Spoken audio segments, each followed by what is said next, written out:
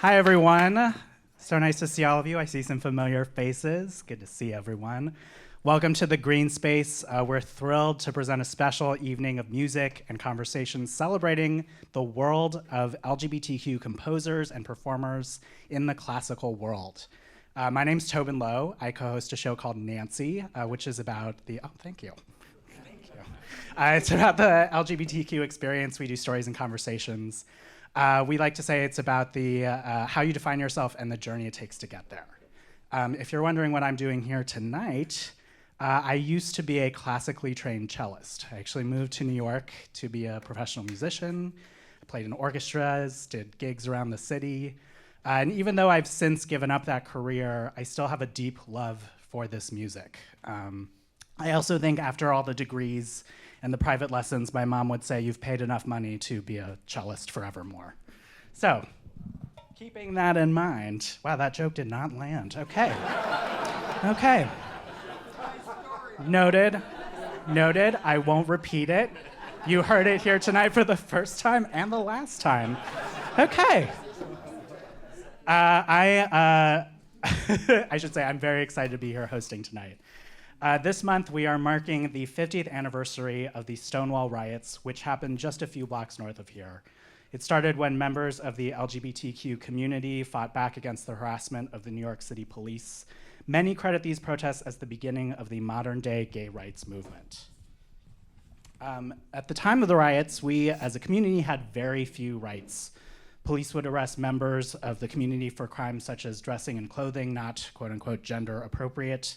People were publicly outed, they lost jobs, they served time in prison, and were committed to psychiatric institutions. We have come such a long way since 1969, and we need at least a month, if not more, to celebrate that.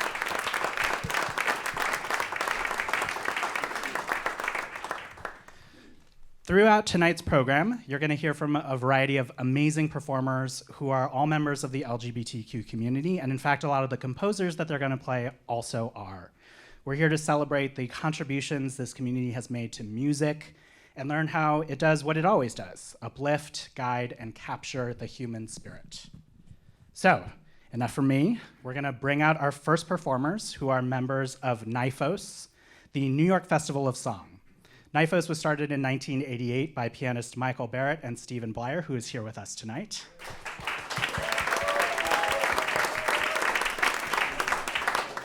Their motto is, "No song is safe from us." I love that. Amazing. Our performers from NYFOS are tenor Scott Murphree, who performs in concerts, recitals, and on the opera stage. In New York, he's performed at Weill Hall, the 92nd Street Y, Alice Tully and Town Halls, and many other venues. He's actually Dr. Scott Murphree, receiving his doctorate from the State University of New York at Stony Brook. And also joining him is pianist Danny Zellebor, who has been called a brilliant young pianist by Fanfare magazine. This Texas native has made New York his home, recently completing his degree in collaborative piano at the Manhattan School of Music. They are going to be performing selections from the upcoming NYFOS show called Manning the Canon, which pays tribute to gay composers and celebrates gay lives. Anthony Tomasini of the New York Times calls the show insightful and imaginative, touching and funny. And he is very hard to please, so congratulations on that. So let us welcome to the stage Scott and Danny.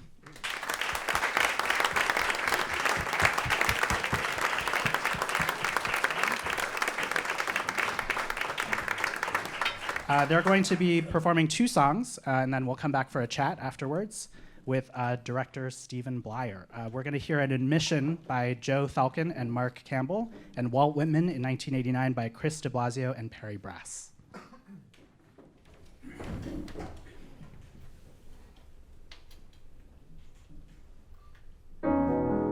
I recall my disappointment on first seeing you nude.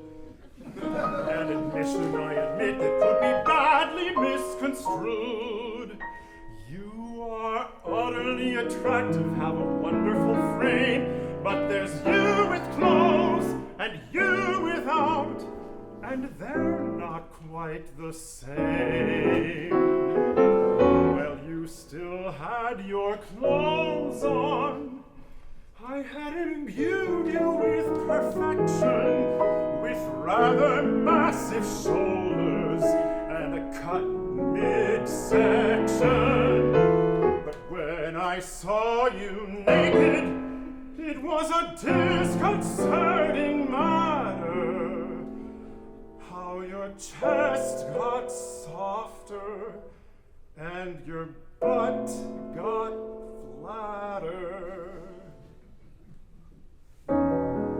Yet today I watch you sleeping so superbly unfurled, and I can't imagine trading that body for anybody, nearly any other body in the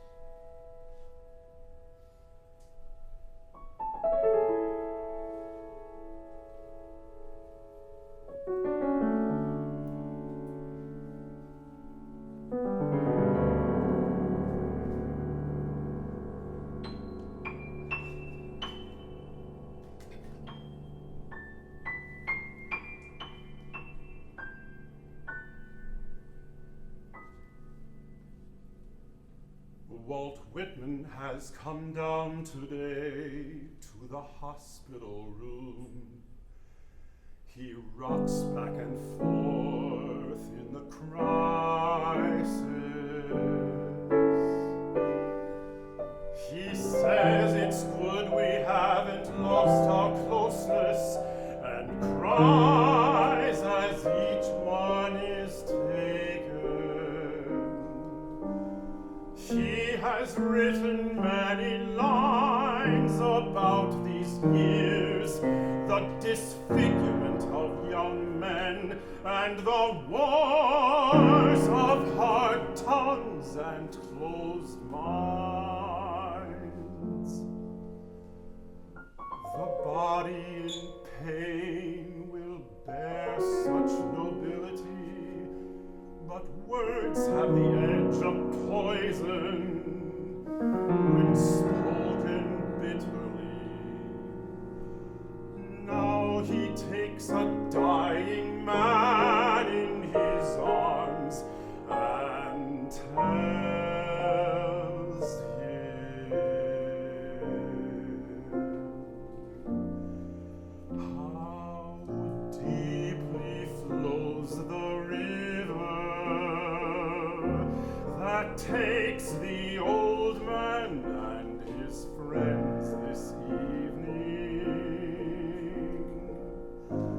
It is the river of dusk and lamentation. Flow, Walt says, dear river, I will carry this young man to your bank. I'll put him myself on one of your strong flat boats, and we'll sail together all the way through evening, all the way through evening, all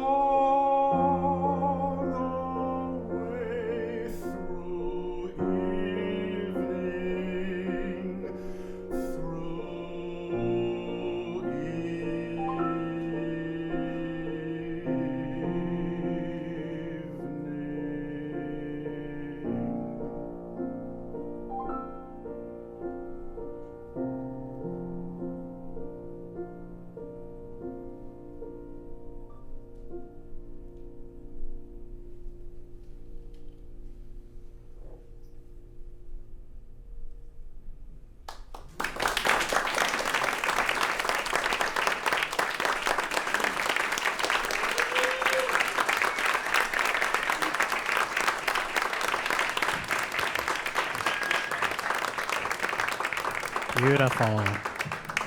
Thank you to tenor Scott Murphree and pianist Danny Zellabor. That was an admission by Joe Thalkin and Mark Campbell, and Walt Whitman in 1989 by Chris de Blasio and Perry Brass.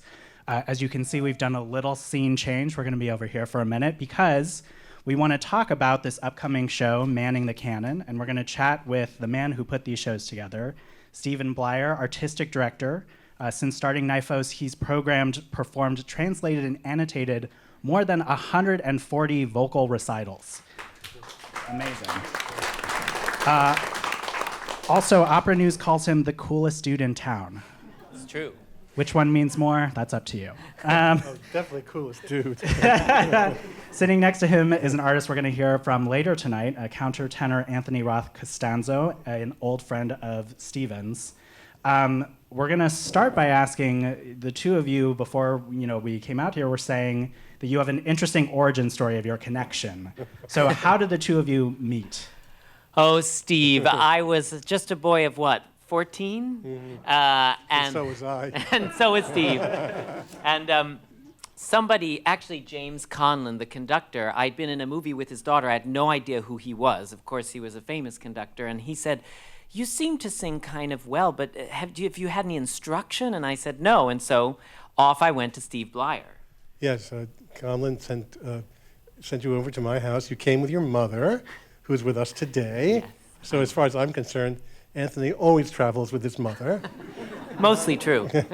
And he was just a young teenager. And he sang a couple of Italian songs for me, or early stuff, 18th century things. And he had a voice that I later described as a very musical, very sophisticated banshee. And it was a fairly strident sound, like a knife. But it was, obviously he had a lot of music in him, and the sound was close up, a little rough on my contact lenses, but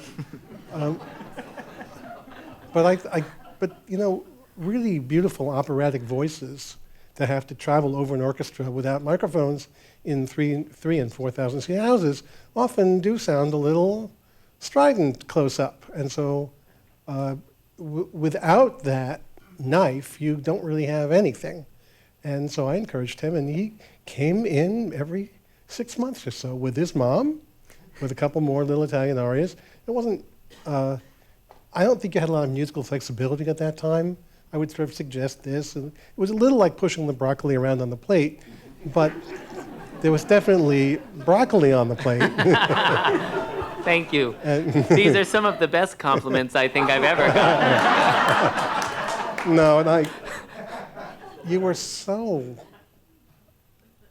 as you are now, really, as the sort of sweet and open, very smart. I remember you got into Princeton, and I forget where else. Manhattan School. Manhattan School. But what I remember most, and thank you, Steve, and I'm so glad that however many years, 4 or 5 later, we're still so close. And Steve eventually led me to my current teacher, Joan Patno Jarnell, who I studied with for 21 years. So really the reason I sing the way I do is all because of you. And No, what I was going to say about your voice is that he took the knife and found the velvet sheath for it.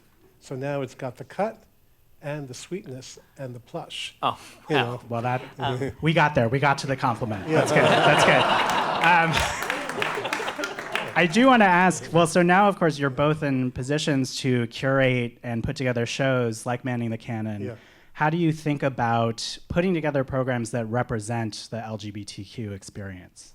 It's funny you should say that because, well, obviously Manning the Canon is the most obviously out there program, and was really the first all-gay program I had done. And I wanted very much to represent contemporary life with songs like An Admission that are very recognizable to us today. I think to all people, but there's, to gay men, I think there's a particular resonance.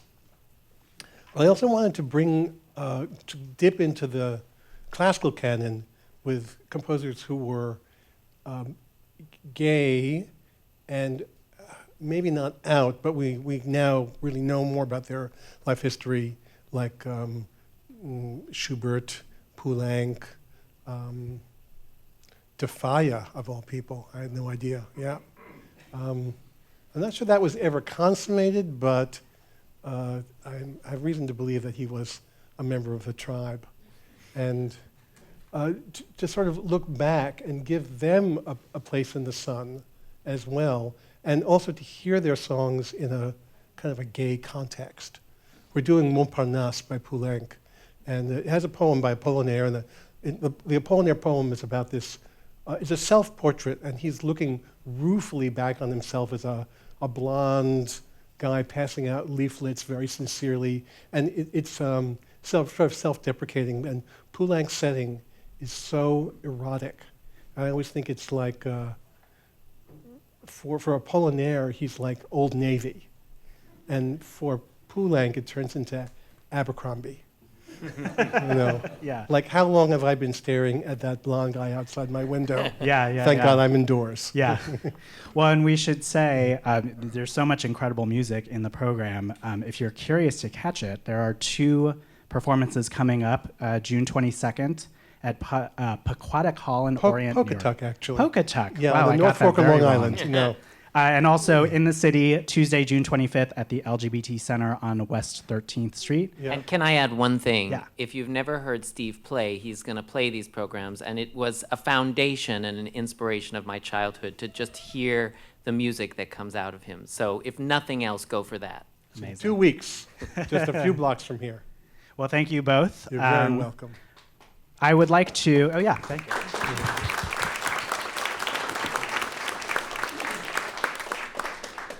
Our next performer, Sara Davis Buechner, built her career in her 20s by competing in the Van Cliburn and Tchaikovsky competitions and winning the 1984 Gina Bachauer competition. In her mid-30s, she decided to come out as transgender, which allowed her to live more openly, but also deeply affected her work. We're going to talk more about that in a moment. At this point in her life, we're glad to say she has a successful concert career, traveling throughout the US and the world. Buechner also has a teaching career at Temple University, and she is a regular speaker and performer at LGBTQ events. We're so excited to hear her play. Please welcome Sara Davis Buechner.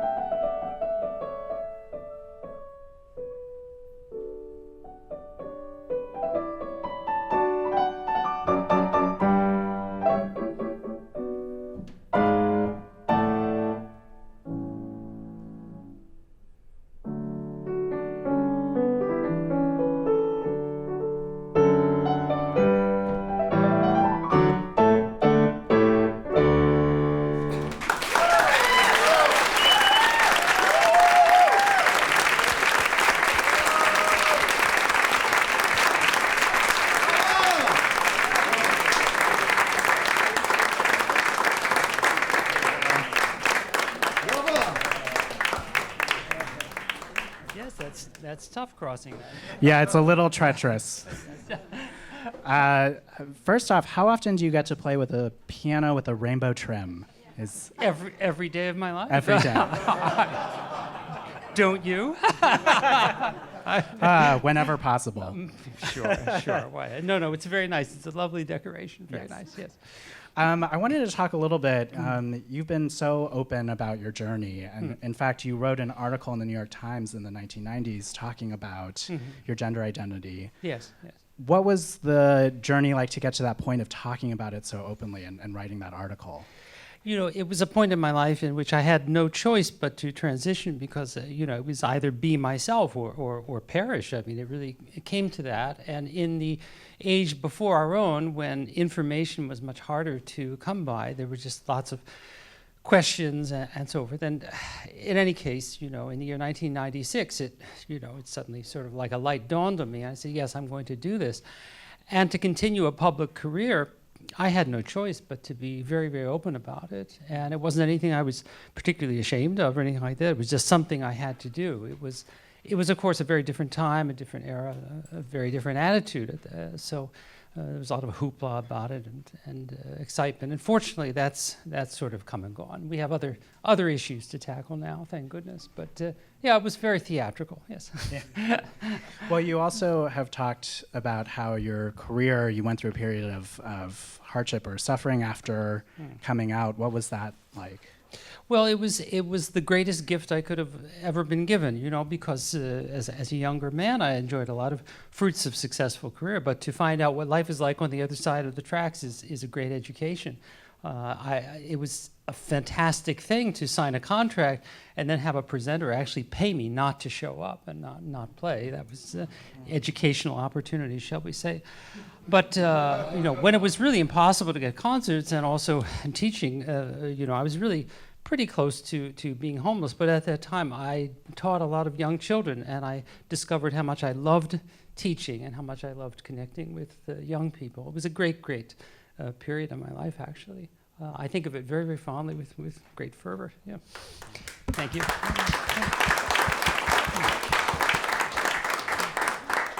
And of course, now you have a fabulous career. And, well, yes.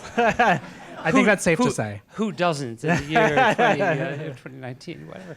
Thank you. Yeah, have you found that the classical music community and presenters have gotten more friendly or more open? Is there more of an open conversation happening? Well, things have changed, certainly. I think, yes, there's a lot of openness to the idea of diversity, to the reality of it. Well, we have to keep working, because there's resistance and there's non-understanding and so forth. But the door is wide open and we're not going backwards. That's the main thing. So I guess I see myself now in the role a little bit elder stateswoman to tell people about the history and to be there. And one of my best thrills in my life now is that usually when I go to play concerts with an orchestra or recitals, there's always an LGBTQ group that wants to meet me, or I give them a talk, or I go to schools and talk to people. And that has enriched my life in countless ways, beyond measure.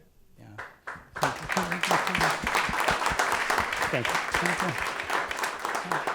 Do you have a favorite interaction or a favorite memory from getting to talk to groups like that? Oh, why did you have to ask me a tough question like that in front of a studio audience? No, I don't have anyone. It tends to blend in together. I mean, let's put it this way: each interaction I have with anybody is always the most special to me at the moment. So that's very important. Yeah. Yeah, thank you. We get to hear you play another piece. Well, yes, I was asked to play something else, and I figured why not promote myself. This is a piece that I wrote during turbulent Bronx years of my life, and there's a little backstory to it. I was living in a pretty poor tenement house, and above me was a family of undocumented immigrants. There was a young lady, and she had 2 small children. And gentlemen callers would come over about 2 or 3 in the morning, and the children would wake up and run around, on top of me, and it was such a dignified scene, children and we with the mop handle, hitting and so forth. But one day I chanced upon the mom and her 2 kids. She was walking them in the nearby Van Cortlandt Park, and the love that woman had for those children was just all over her face. And I had the idea to write a kind of lullaby, and I had this fantasy that if I played this beautiful lullaby, these two children would just go to sleep. That never came to pass. But what I retained from that so much is how my own journey was very much a story of immigration and how immigration is so very important to us all. I mean, we live in a beautiful, beautiful rainbow pot of chamber music where everybody gets to play their part and make the music the most wonderful of all. And people who don't understand that yet just haven't heard enough good chamber music, have they? So anyway, so this is a piece I called Cancin para dos niñas, a little song for two little girls. They're probably grown up by now, so they know what it's like to be up at 3 a.m. Here we go.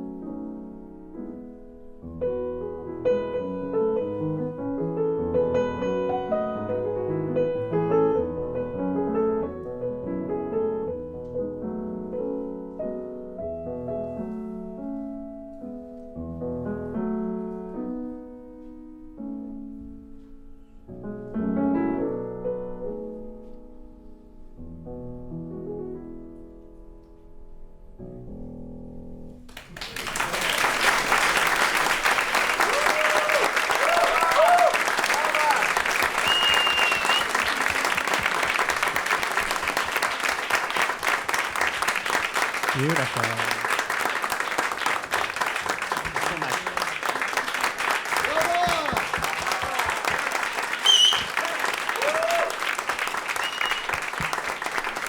Oh, thank you, Sara. I'm going to guess that piece didn't work to put them to sleep because it was too beautiful. That was gorgeous. It was called Cancin para dos niños, and it was written and performed by Sara Davis Buechner. Sara has a concert in Edmonton, Canada this month, and she'll be in Japan the whole month of July performing with the Tokyo Symphonia. Yeah, amazing. So now I would like to turn your attention to the screens that we have around the space. We have a little video postcard from our WQXR friends who are also celebrating Pride this month. This friend is celebrating in the very windy San Francisco. Hi, WQXR. This is Jamie Barton coming at you from San Francisco. I'm here right now singing the role of Yeji Baba in Rusalka, and I just wanted to say hello and happy Pride.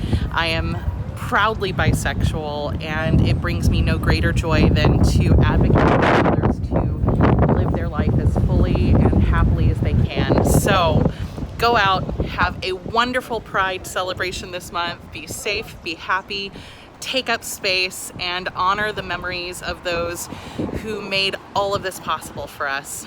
Mwah. Bye. Amazing. Thank you, Jamie. I'm going to bring out next the group that is probably the busiest this month, the busiest in show business. They are the New York City Gay Men's Chorus. Yes, got some fans. Founded in 1980, the Chorus is a world-class institution, literally giving voice to the LGBTQ community. They have a big concert coming up later this month at Carnegie Hall on June 27th, commemorating the 50th anniversary of the Stonewall Uprising.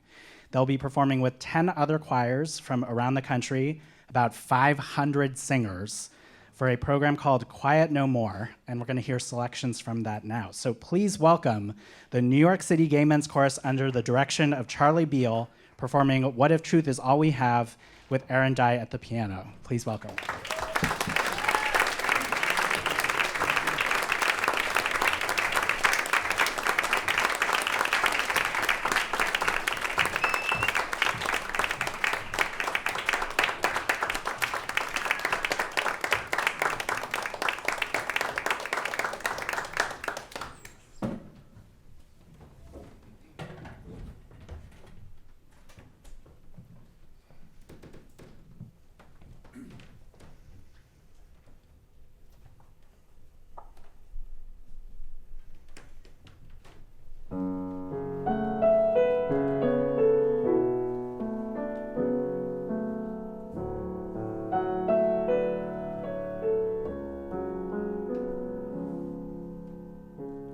Now I lay me down to sleeplessness. A parade of questions fills my mind as no answers come on how to leave the hate behind.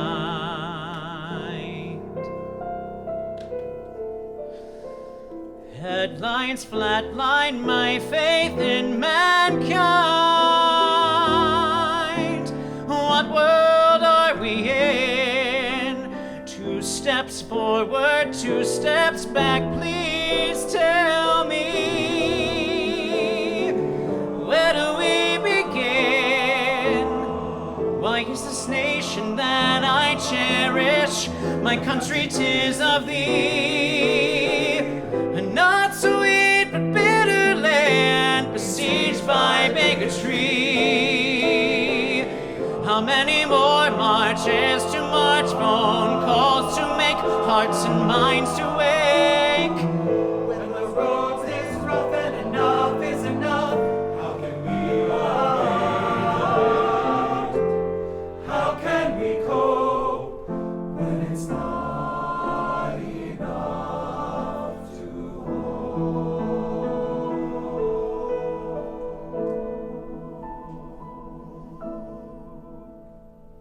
What if truth is all we have? What if truth is all we can hold on to? What if truth is all we have? As we fight for right, some try to undo. What if truth is all we have?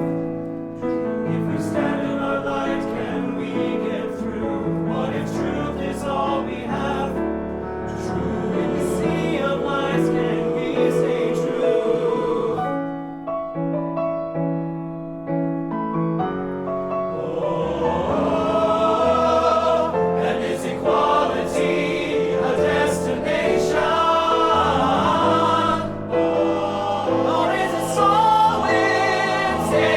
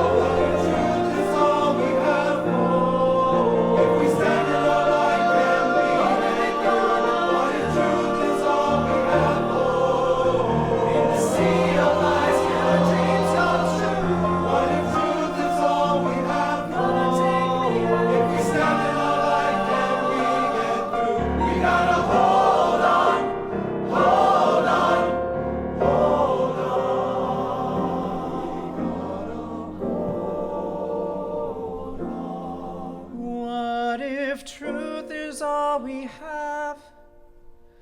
What if truth is all we can hold on to?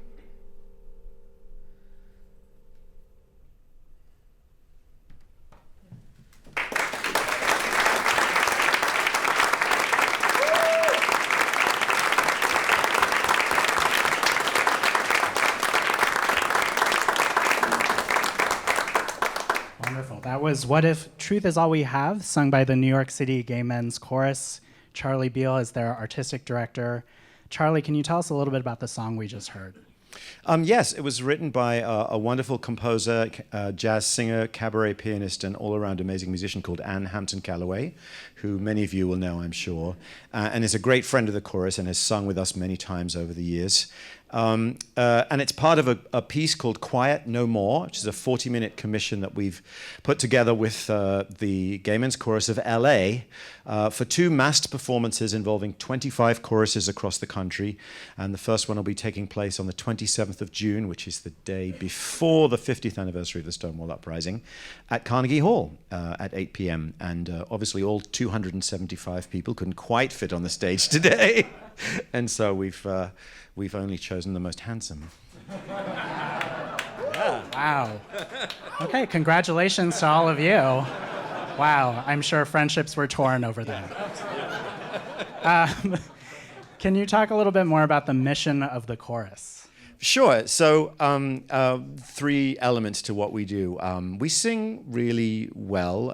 We're proud of the way we sing. We're a community and family for our members in very practical ways and in very spiritual ways. We're there for each other.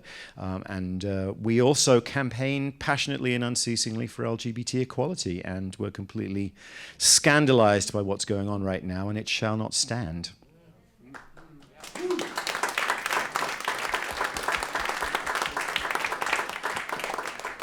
I also wanted to talk a little bit about, as LGBTQ folks, a lot of what we're about is building community and finding chosen family.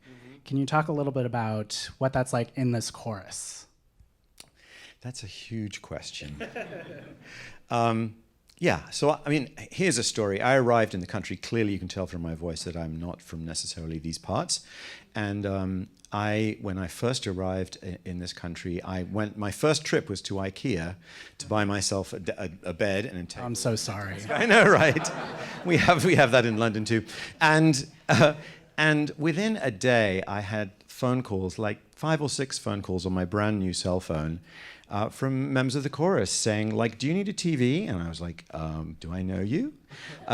Do I have to pay for it? And they're like, oh, no, I'll just come around. I'll set it up for you. Well, oh, you've never done Spectrum before. No, we can do that too. And things just sort of appeared in this very practical, very real way. There are members of the chorus, of our chorus, who obviously, we have a long tradition of people with HIV, living with HIV and living with great health and positivity.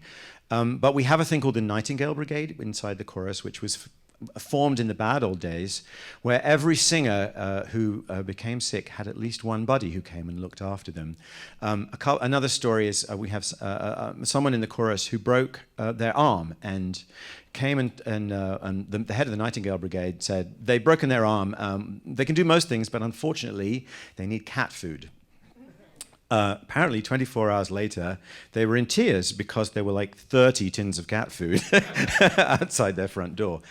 We've also had people give literally bodily organs. We had someone who was a match and gave their kidney to another member of the chorus. So it spans everything from I've just arrived in New York and I need some friends. Lots of people get married who were in the chorus, right through. So we're all over the shop. But basically, whatever your situation, there'll be someone else in the chorus who can help you and make you, hopefully, feel more empowered and a better human being. And we do that through singing. The singing is the healing part. The singing is the clever kind of spiritual part. Yeah, amazing. How about that? So we get to hear all of you sing one more selection. This is And We Walked by Julian Hornick. Yes. So Julian is a good friend of ours. He's was assisted on Dear Evan Hansen. He's a very, very up-and-coming and amazing, actually, musical theatre composer. And he arrived fully formed in my apartment and said, hey, I've just come up with this thing, and did it sort of Simon and Garfunkel style, just like with a guitar and him singing all the parts. And I was like, oh, that is an amazing song.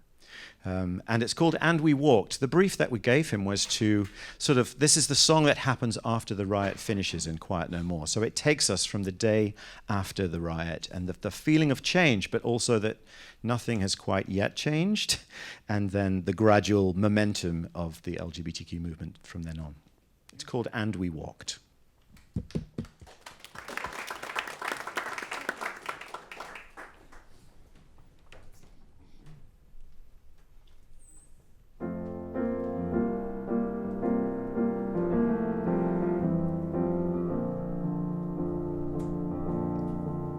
And the very next day, and the very next day, I picked up the Times, flipped to page 33, and I walked, and I walked, and I walked, and I walked down Astor past Washington Square. I got to the bar and I thought, there we are, in the glass, in the plaster, my people are there. 4 policemen heard in a village raid. That's all the Times wrote. But still I have my come and join my victory parade. I am not as lonely as I thought that I might be. A broken wall, a wake-up call, and now I see we're there on page 33.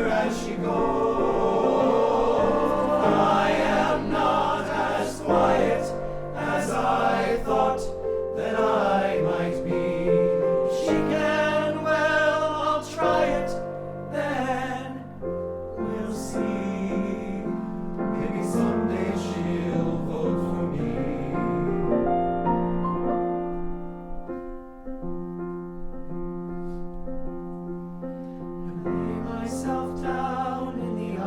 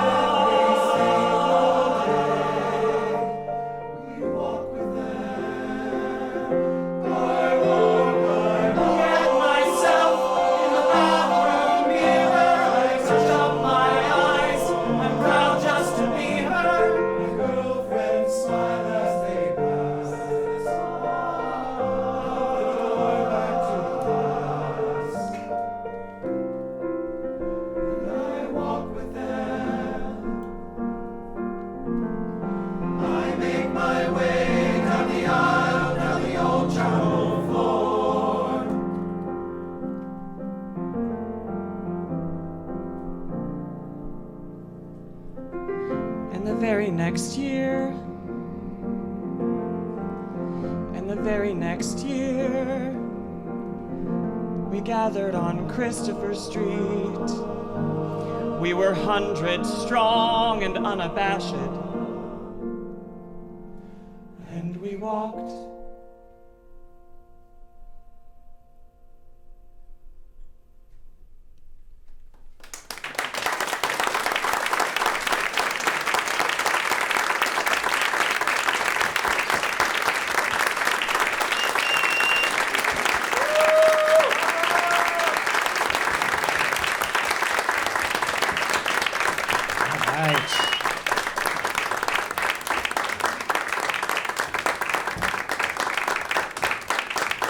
So that, of course, was the New York City Gay Men's Chorus under the direction of Charlie Beale. And they performed And We Walked by Julian Hornet. Do not forget, they have a concert on June 27th at Carnegie Hall called Quiet No More. You should check it out. Thank you, New York City Gay Men's Chorus. Next, we have a cellist who is not only recognized as a promoter of contemporary composers, fun fact, she is also my old roommate. We lived together back when we were both cellists. She has since gone on to a fabulous career. Hannah holds degrees from Yale University and the Royal Conservatory of The Hague. She worked with many ensembles, including The Knights, A Far Cry, Dakota, and many more. She has commissioned solo works by composers such as Caroline Shaw and Timo Andres, and she is currently a visiting professor of cello at the University of Kansas School of Music. Please welcome Hannah Collins.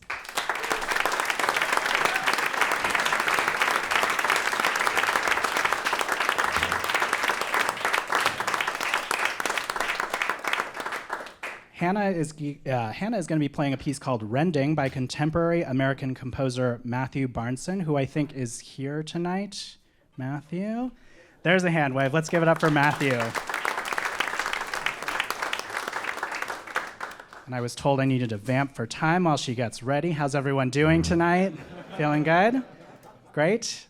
We're good? Okay, great. This is Rending, performed by Hannah Collins.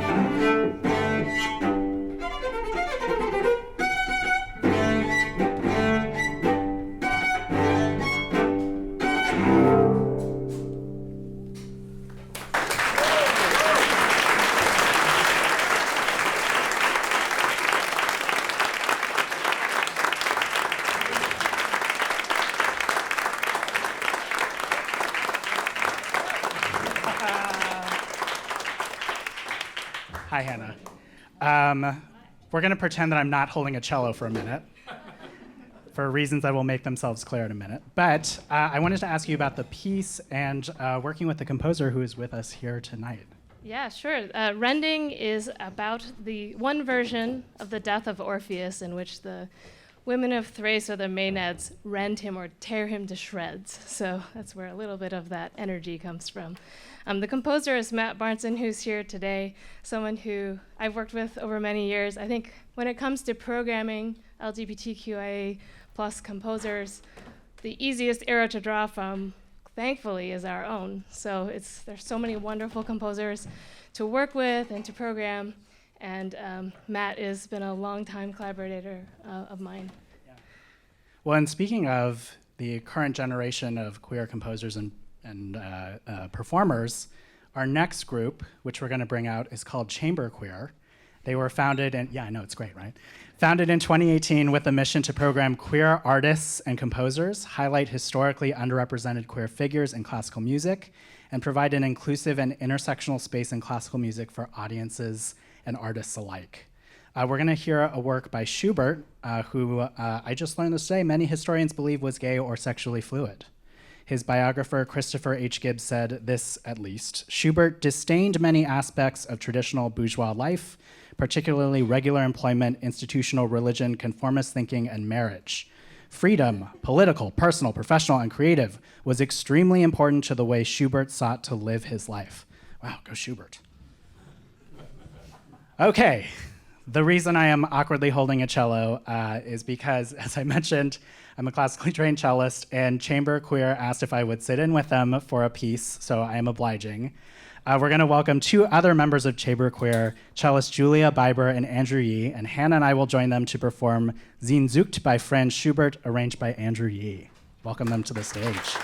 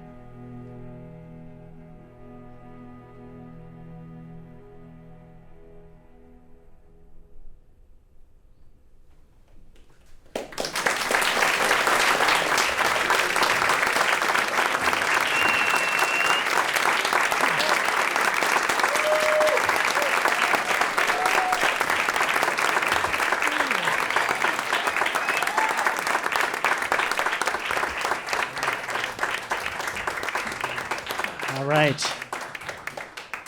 Okay. And back to hosting. Okay. So that was Sehnsucht by Franz Schubert, performed by members of ChamberQUEER, Julia Biber and Andrew Yee, cello along with Hannah Collins, I guess, and myself, right.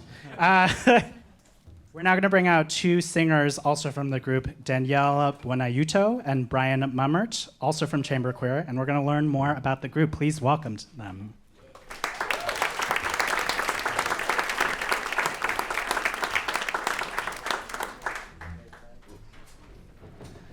Okay, I can't let you start without a very quick, who came up with the name and how did you come up with it?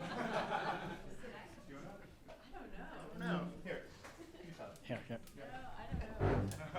Well, I guess I could tell our origin story, which is that I was having conversations with my friend Brian here, while Julia was having conversations with her friend Andrew, separately, entirely separately of each other. And the sort of common link was that Andrew had come and seen me in an opera. And so we knew each other in passing. And they messaged me a couple of days after I'd had this conversation with Brian. Oh, hey, I really think we need, we've got queer opera, we've got queer theater, where's the queer chamber music? We got queer dance, come on. And so, out of the blue comes this message. Hey, Danielle, I've seen that you're sort of interested in these ideas. What do you think? I have this idea. Do you think you'd like to be involved? And I said, well, actually. And so... Magic of social media, and so we all convened in a restaurant. We talked through our ideas, we found out where the overlap was, and I think naming the group was just sort of something that became, inevitable, Gotcha. I think ChamberQUEER was actually a placeholder name at first, right? And then we decided that we all sort of loved it, and it stuck, and here we are. Yeah. Perfect. Well, we're going to hear you perform this piece, Really Craft, and it is by Pulitzer Prize winner Caroline Shaw. So let's give it up for ChamberQUEER performing Really Craft.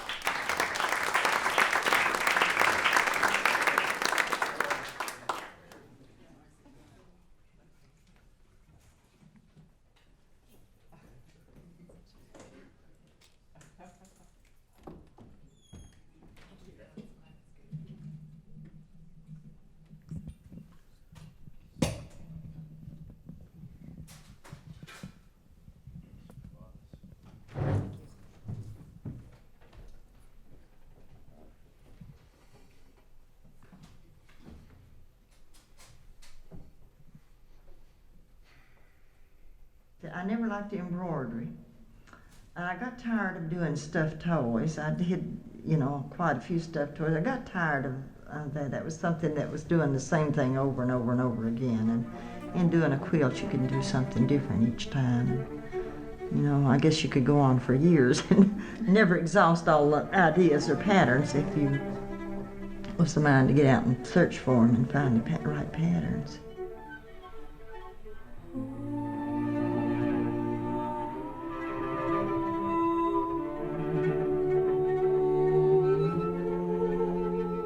And that was what we called the crazy quilt. And we'd find different ways to put them together.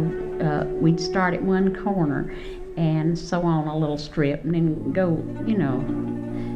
and then we'd have so many blocks and sew them together, and we'd have one turn one way and one the other, and that way it give it a kind of little different design.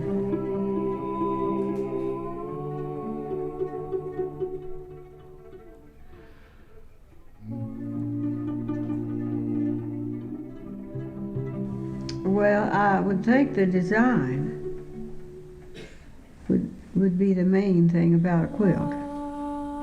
Because if you just piece up a strip just in any form or matter and it doesn't harmonize, it's not going to be very pretty. I'd rather piece my pieces, make squares, and put them together. Now, a lot of people will have a strip of this kind, a strip of, they go to the store and buy remnants, and make quilts. And they have all kinds of colors. But Mother taught us to use designs. And if I was to make one now, I'd make some kind of design. I don't know what it would be.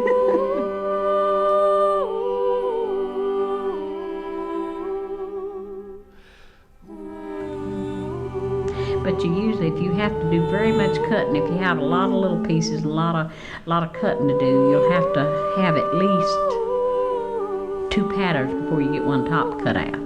The way I usually do mine, I lay my material down and I lay my pattern on top of the material on the back side and mark it with a pencil or pen. And you just keep adding on, you see, just adding on all the time. And first thing you know, you've got the quilt done. Now you start in a corner. You start in a corner. Now you start in a corner. You start in a corner. Now you start in a corner. You start in a corner. Now you start in a corner. You start in a corner. Now you start in a corner. You start in a corner. Now you start in a corner. Then looking at something, because you can't get it true.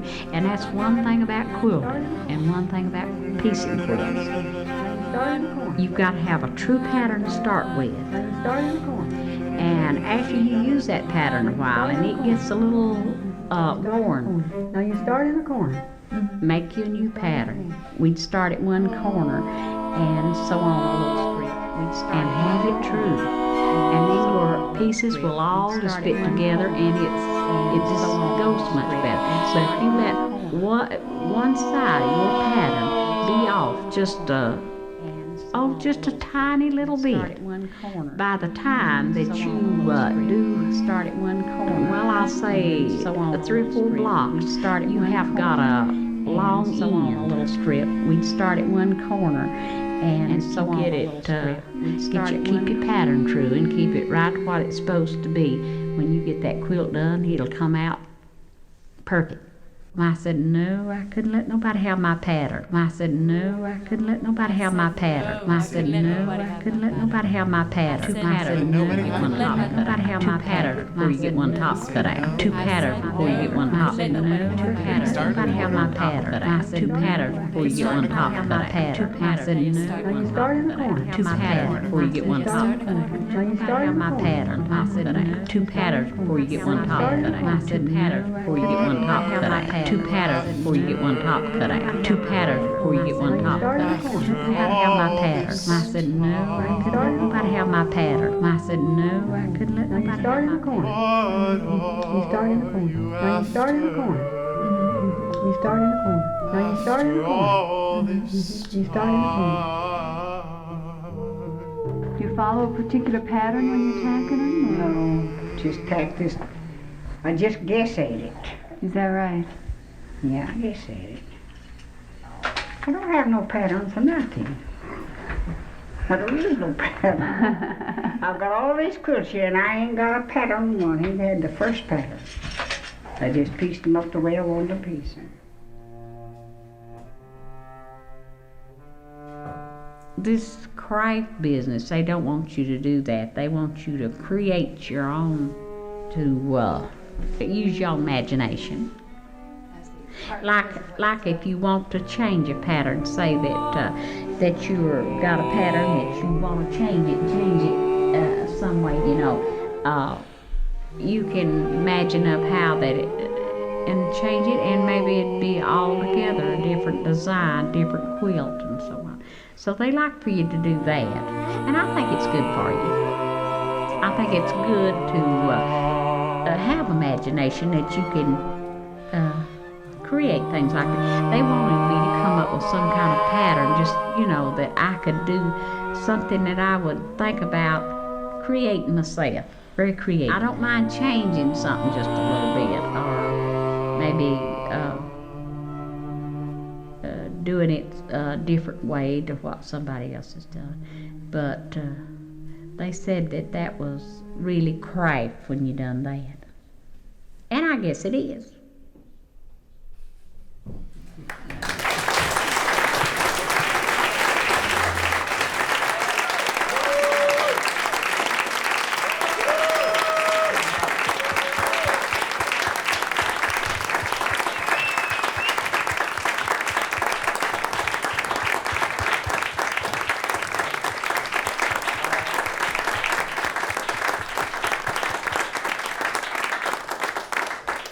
All right, that piece was called Really Craft by composer Caroline Shaw, and it was performed by ChamberQUEER. Thank you, ChamberQUEER.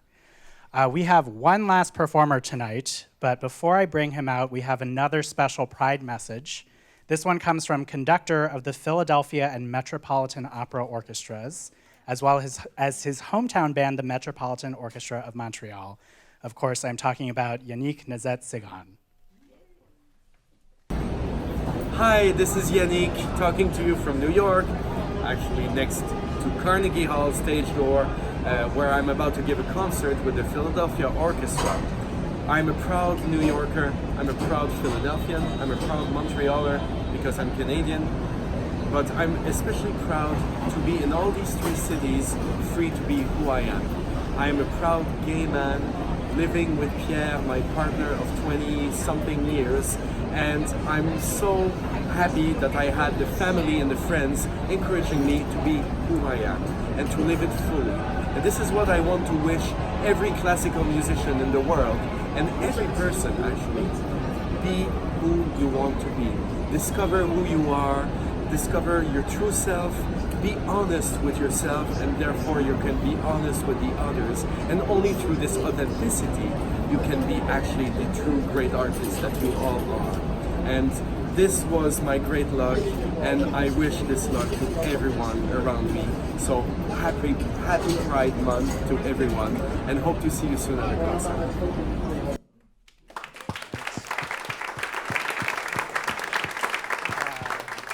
Thank you, Yannick. Also, great shirt. Really good shirt, Yannick. We have one last performer tonight. He has been called vocally brilliant and dramatically fearless by the New York Times, as well as stunning by Opera News. Anthony Roth Costanzo is a countertenor, which means he sings in a mezzo-soprano range. He's performed with the world's major orchestras and sung in esteemed concert halls, including Carnegie Hall, the Kennedy Center, and of course here at the Green Space. He has some incredible performances lined up this season, including the lead in Anakten, the Philip Glass opera at the Met this fall. Yes.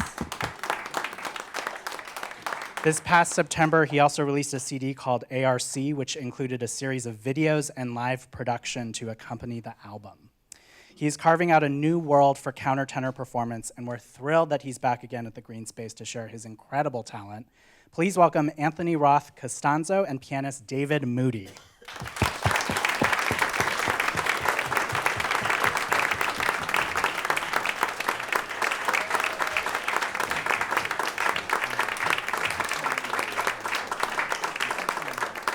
So they are going to kick us off with some Handel, which is another composer who apparently historians speculate might have been gay. Who knows? But this next piece, I just want to say, it's so great to see you and so great to be back at the Green Space. But I just want to say one thing about this next piece, which is from Handel's Saul. And I'm singing the role of David. And Jonathan, his compatriot, has just died. If you know the biblical story, you know more. But in this piece, Handel took the words, as David is lamenting the death of Jonathan, where he's thinking about, how can I express my grief and what you meant to me? And he says, and more than woman's love, your wondrous love to me. Which seems to us, through our lens of contemporary times, very clear, but I'm not sure that an audience then would have necessarily read it that way. But Handel takes that and he ratchets the harmonies into this weird space, and you think, I wonder whether he was trying to tell us something about this moment or not. So this is O Fatal Day from Saul.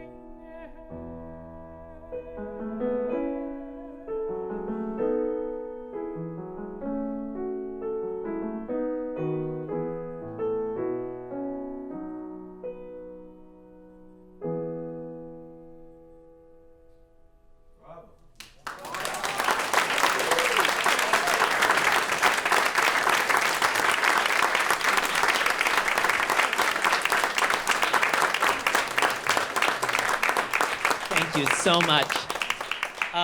I thought we'd do something a little more mischievous next. This next selection is from Purcell's Fairy Queen. That's me. No, people kept saying, what is this shirt? Is that a wing? And it seems appropriate for the Fairy Queen somehow. There are two wings, but I think it's just a one wing kind of night. We'll see how it goes. But in this is Secrecy's song from the Fairy Queen, and I just want to say the very first lyric, one charming night gives more delight than 100 lucky days. So it gets more interesting from there.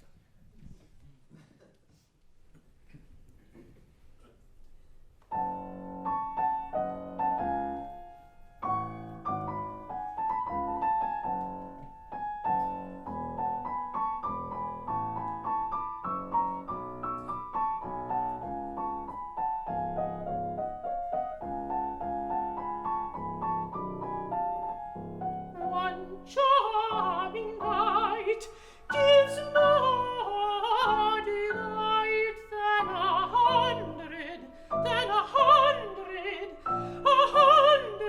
lucky days. One charming night gives more delight than 100 lucky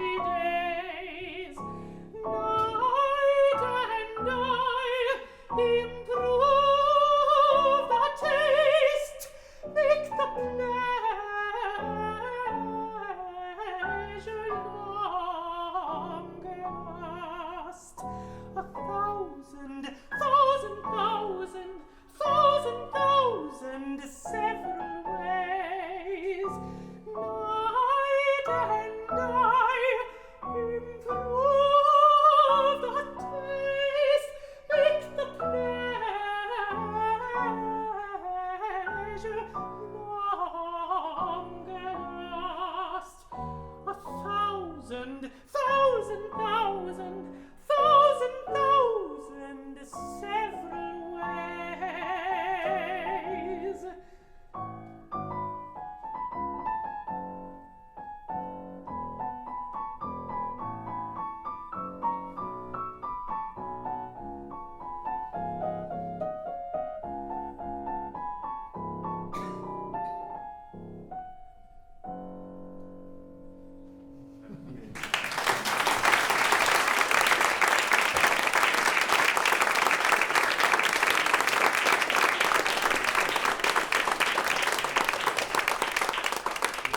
When I was a kid growing up, I took piano lessons, as many kids do, and at a certain point, my very wise piano teacher said to me, "Do you want to try singing?"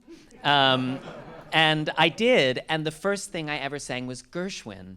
And I feel this is a point of intersection with me and my dear Steve Blier, in that this is somehow at the core of who I am, this kind of Gershwin, jazzy, sometimes Broadway. I went on to do Broadway later. By later, I mean between 11 and 13, before I got into opera. And so somehow Gershwin always feels like home base. And I've never sung this song in public, but it felt appropriate for tonight. And as Beyonce says, this one goes out to all the single ladies.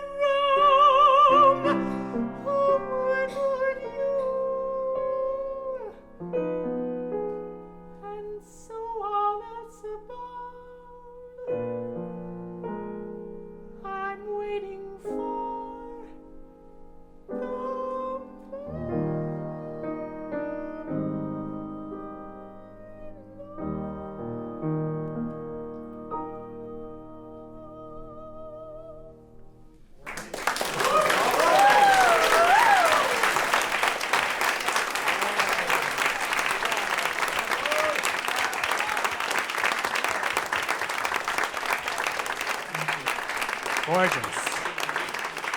Thank you, Gorgeous. David.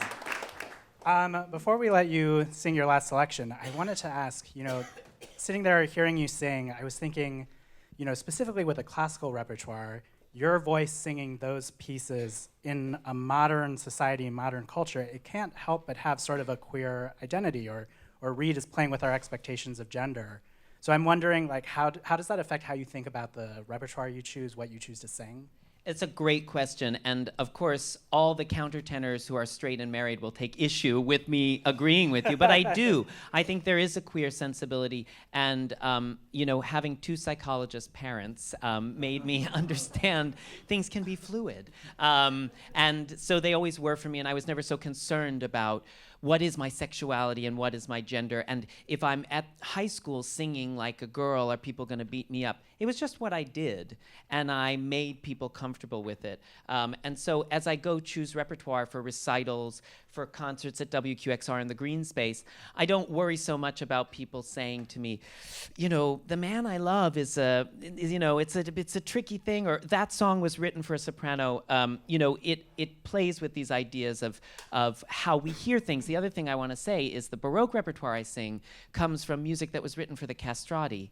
And the castrati, these castrated men, were the heroes. They were the valiant people who brought opera to the public. And so Vivaldi, Handel, Mozart, Gluck, all those composers that wrote for the castrati wrote the warriors like Julius Caesar for a high voice because they didn't hear it as a bass, as we might today. Now, when Norman Treigle sang it at New York City Opera, there were different ways of hearing. But it's interesting to think that 300 years ago, we didn't necessarily hear strong as low and therefore masculine. High was actually more masculine because it was more powerful.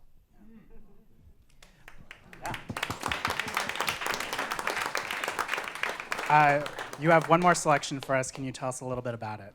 Well, I've been doing a lot of Philip Glass lately, and I love it. And I'm going to do some more. I hope you all come see Akhenaten. Yes, thank you. It's really good. I can't say that about everything I do. So when I can say it, I do. And Akhenaten, actually, one of the first monotheists as a figure throughout history, is very interesting because not only did he see there being one God, but he saw that God as being not a man or a woman, but the unification of man and woman. Was he a hermaphrodite, as the statues might indicate? We don't know. Could he have taken on some of these feminine attributes to make himself closer to God, therefore the unification of man and woman? Therefore, I see him as kind of a queer or trans icon 3,000 years ago, not 300 years ago. So having Philip Glass write this music for this countertenor voice feels really ideal. And when I was making this album for Universal, I went through a lot of his other work. Now, this piece was written for Linda Ronstadt, and it premiered in an airplane hangar in Vienna. And I just thought, oh, gosh, that's it. That's for me. It has no words. It's just a vocalese. But it's from a piece which is called 1,000 Airplanes on the Roof. Maybe I need my second wing for this one. But it's about, and this particular vocalese is about an encounter with aliens. So. Amazing. Let's hear it. All right.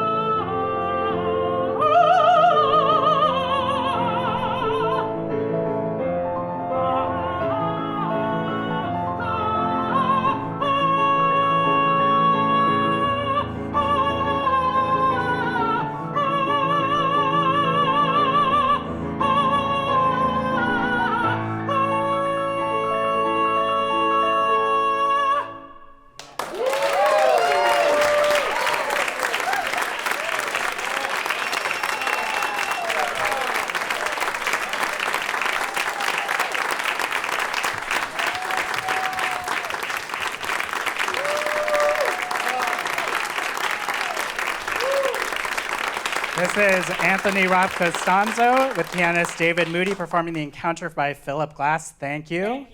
I want to welcome all the performers back to the stage that we had this evening.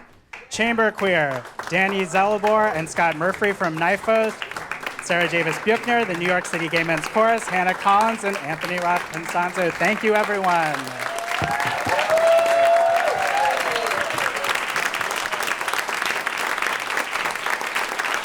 Thank you to the folks at WQXR, the Green Space, and all of you for celebrating Pride with us.